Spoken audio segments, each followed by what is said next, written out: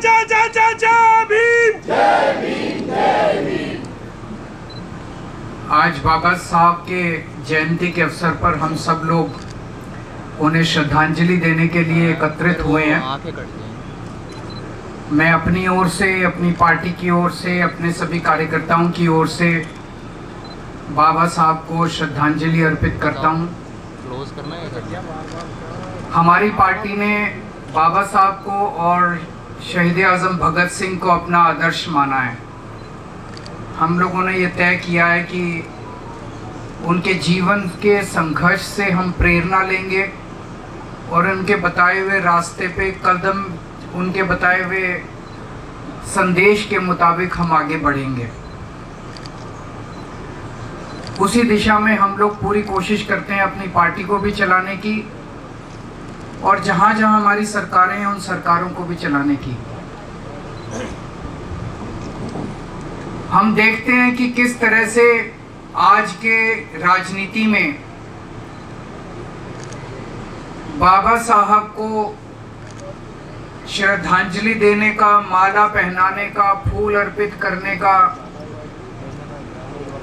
कई पार्टियां और कई नेता एक झूठा दिखावा करते हैं। मैं झूठा क्यों कह रहा हूं? जैसे मान लो आपका बेटा है, आप अपने बेटे को बोलो बेटा इस रास्ते चल, बेटा उस रास्ते तो चले नहीं, जो आप कहो उसका उल्टा करे, जो काम आप कहो उसका उल्टा करे, जो सीख आप दो उसकी उल्टी करे, और रोज सवेरे आपकी तस्वीर लगा के उसके आगे माला फूल सब चढ़ाए और आपकी पूजा करे, तो आप क्या करोगे? 2 थप्पड़ मारोगे उसको कि मैं जो कहता हूँ वो तो करता नहीं है और मेरी माला, मेरे को रोज माला चढ़ा के और फूल चढ़ा के, फूल पत्ती और धूप दीप करता है। वही उन्होंने, इन सारी पार्टियों और नेताओं ने आज बाबा साहब के साथ कर रखा है। बाबा साहब ने जो संदेश दिया, जो उनके विचार थे, उस पे तो कोई नहीं चलेगा, उसके उल्टा करेंगे। लेकिन बाबा साहब को फूल पत्ती चढ़ाएंगे, उनको दिखावा करेंगे उनकी पूजा करने की। सबसे बड़ा संदेश बाबा साहब का क्या था? जो भी सौरभ भारद्वाज ने कहा, सबसे ज्यादा तवज्जो उन्होंने शिक्षा को दी थी कि अगर हम चाहते हैं कि हमारा सारा समाज एक पीढ़ी के अंदर आगे बढ़े, बराबरी का अधिकार मिले, सबकी गरीबी दूर हो, तो वो केवल और केवल एक ही चीज से हो सकती है, वो है शिक्षा। शिक्षा के बिना कोई पार नहीं है, हो ही नहीं सकता।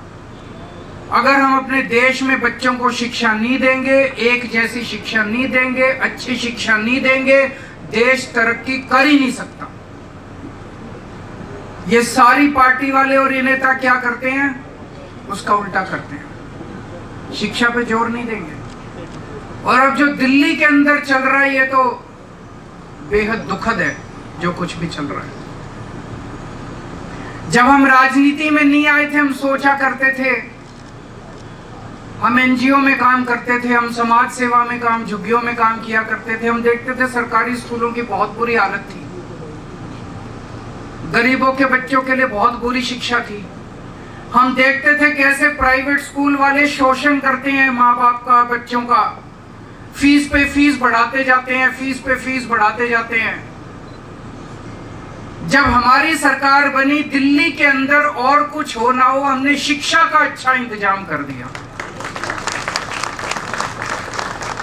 सरकारी स्कूल शानदार कर दिए, प्राइवेट स्कूलों को 10 साल तक फीस नहीं बढ़ाने दी, 10 साल तक इनको फीस नहीं बढ़ाने दी। लेकिन अभी 2 महीने भी नहीं हुए और इन 2 महीनों के अंदर इन्होंने पूरी शिक्षा व्यवस्था का बेड़ा गर्क करना चालू कर दिया दिल्ली के अंदर। ऐसे है जैसे अब एकदम से लूट मच गई, जैसे सारे प्राइवेट स्कूल खराब नहीं होते, लेकिन कुछ प्राइवेट स्कूल ऐसे हैं जैसे भूखे भेड़ियों की तरह झपट के मार रहे हैं पेरेंट्स के ऊपर। जो सोशल मीडिया पे देख रहे हैं, बच्चों को लाइब्रेरी के अंदर बंद कर दिया जाता है, बच्चों को क्लास अटेंड नहीं करने देते, बच्चों के ऊपर जिस तरह से तानाशाही बर्ताव किया जा रहा है कि फीस नहीं दोगे तो ये कर देंगे, वो कर देंगे, अनाप फीस। कईयों ने तो दुगनी कर दी, कईयों ने 80% बढ़ा दी, 40%। कहां से लाए बच्चों को पैसे पढ़ाने के लिए? मैं भी आने के पहले सोशल मीडिया पे देख रहा था, एक आदमी कह रहा था जी 2 लाख रुपए कर दिए साल का खर्च। कहां से लाए? कहां से लाए इतने बच्चों को पैसे पढ़ाने के लिए?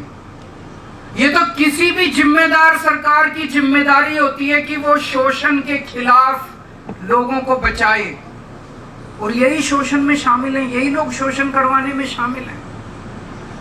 सरकारी स्कूल कितनी मुश्किल से ठीक करे थे, कितनी मुश्किल से ठीक करे थे 10 साल में। इन्होंने हैप्पीनेस करिकुलम बंद कर दिया, इन्होंने देशभक्ति करिकुलम बंद कर दिया, इन्होंने बिजनेस ब्लास्टर्स, सारा एक एक करके मिशन बुनियाद बंद कर दिया। एक एक करके जितने अच्छे काम करे थे सरकारी स्कूलों में सारे बंद करते जा रहे हैं ये लोग।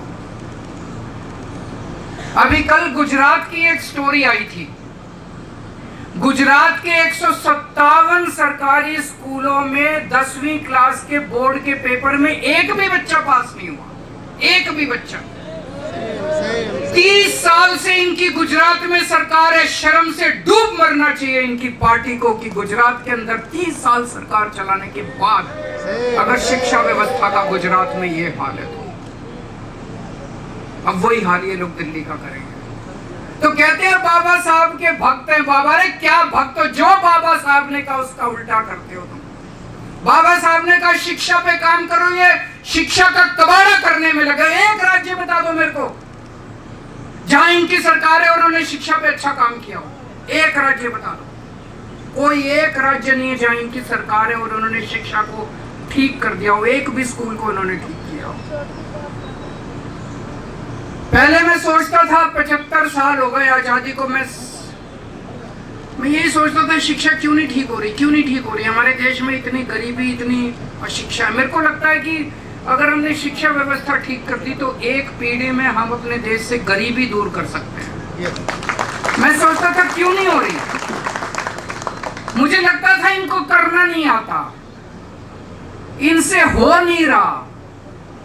लेकिन जिस तरह से ये दिल्ली की शिक्षा व्यवस्था को बर्बाद करने में लगे हुए हैं, अब मैं पूरी तरह से कन्विंस्ड हूं कि जानबूझ के इन दोनों पार्टियों ने 75 साल में इस देश को अनपढ़ रखा है, जानबूझ के अनपढ़ रखा है। एक षड्यंत्र के तहत, साजिश के तहत इस देश को गरीब और अनपढ़ रखा गया। इन लोगों, इन दोनों पार्टियों ने मिलकर रखा अपना वोट बैंक बनाने के लिए। इनको बाबा साहब से कोई प्यार नहीं है, ये कोई बाबा साहब की इज्जत नहीं करते। मजबूरी है कि बाबा साहब को इज्जत देने का दिखावा करना पड़ता है। और क्या मजबूरी है? वोट चाहिए इनको, एससी समाज के वोट चाहिए, इसलिए दिखावा करना पड़ता है इनको बाबा साहब की पूजा करने का, बाबा साहब की इज्जत देने का। बाबा साहब अंबेडकर ने जब संविधान सभा के अंदर, कॉन्स्टिट्यूशन असेंबली के अंदर जब डिबेट चल रहा था, उस वक्त बड़ा कड़क बहस हुई थी कॉन्स्टिट्यूएंट असेंबली में। किसी ने कहा कि वोट देने का अधिकार सबको नहीं होना चाहिए, किसी ने कहा कि अनपढ़ लोगों को वोट देने का अधिकार नहीं होना चाहिए, गरीब लोगों को वोट देने का अधिकार नहीं होना चाहिए। यह प्रस्ताव आया केवल पढ़े लिखे लोगों को या इनकम टैक्स देने वाले लोगों को ही वोट देने का अधिकार होना चाहिए। आप सोच के देखो, अगर केवल अमीर लोगों को और पढ़े लिखे लोगों को वोट देने का अधिकार होता तो आज हमारे देश के अंदर गरीबों का क्या हाल होता और दलितों का क्या हाल होता और पिछड़ों का क्या हाल होता। ये तो नोच के जीने नहीं देते ये लोग, सांस नहीं लेने देते, पानी नहीं पीने देते आप लोगों को। अगर ये बाबा साहब लड़े थे संविधान सभा के अंदर, बोले नहीं, हर व्यक्ति को एक वोट का अधिकार होगा। जय जय जय जय जय भीम, जय जय जय जय जय भीम। हर व्यक्ति को वोट देने का अधिकार होगा, एक व्यक्ति को एक, चाहे पढ़ा लिखा हो, चाहे अनपढ़ हो, चाहे गरीब हो, चाहे अमीर हो, चाहे पैसे दे हो, उसके पास चाहे इस जात का हो चाहे उस जात का हो, हर व्यक्ति को वोट देने का अधिकार होगा। अगर ये वोट देने का अधिकार हर व्यक्ति को नहीं होता जो बाबा साहब ने दिलवाया, आप सोच सकते हो क्या हाल होता इस देश का, बहुत बुरा हाल होता। अभी तो वोट देने का अधिकार है, तब ये लोग झुग्गी वालों को वोट के पहले जाके कहते हैं कि जहां झुग्गी वहां मकान, और जिस दिन चुनाव के नतीजे आते हैं अगले दिन झुग्गियां तोड़वा देते हैं। इतने बेशरम लोग हैं ये लोग। वोट देने का अधिकार है तब इन्होंने जीना मुश्किल कर रखा है। अगर वोट देने का अधिकार नहीं होता ये तो सबको प्रशांत महासागर में ले जाकर डुबो देते, सारे गरीबों को, सारे अनपढ़ लोगों को। कोई स्कूल नहीं बनवाते आप लोगों के, केवल अमीरों के स्कूल होते हैं इस देश के अंदर, कोई सरकारी स्कूल नहीं होता। तो बाबा साहब ने वोट देने का अधिकार दिया, इसीलिए आज मुझे आज यहाँ आप सबको बताते हुए, आप सबकी पंजाब में सरकार है, आप लोगों की पंजाब सरकार ने एक बहुत बड़ा निर्णय लिया अभी 2-3 साल पहले। पूरे देश में कश्मीर से कन्याकुमारी तक और गुजरात से असम तक केवल एक राज्य है पंजाब, जहां पे वकीलों का जो सरकारी वकीलों का पैनल बनता है उसमें भी रिजर्वेशन दिया गया है।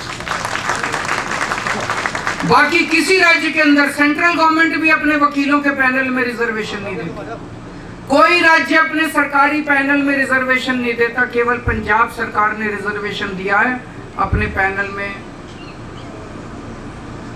रिजर्वेशन दिया है, सरकारी वकीलों का जो पैनल है।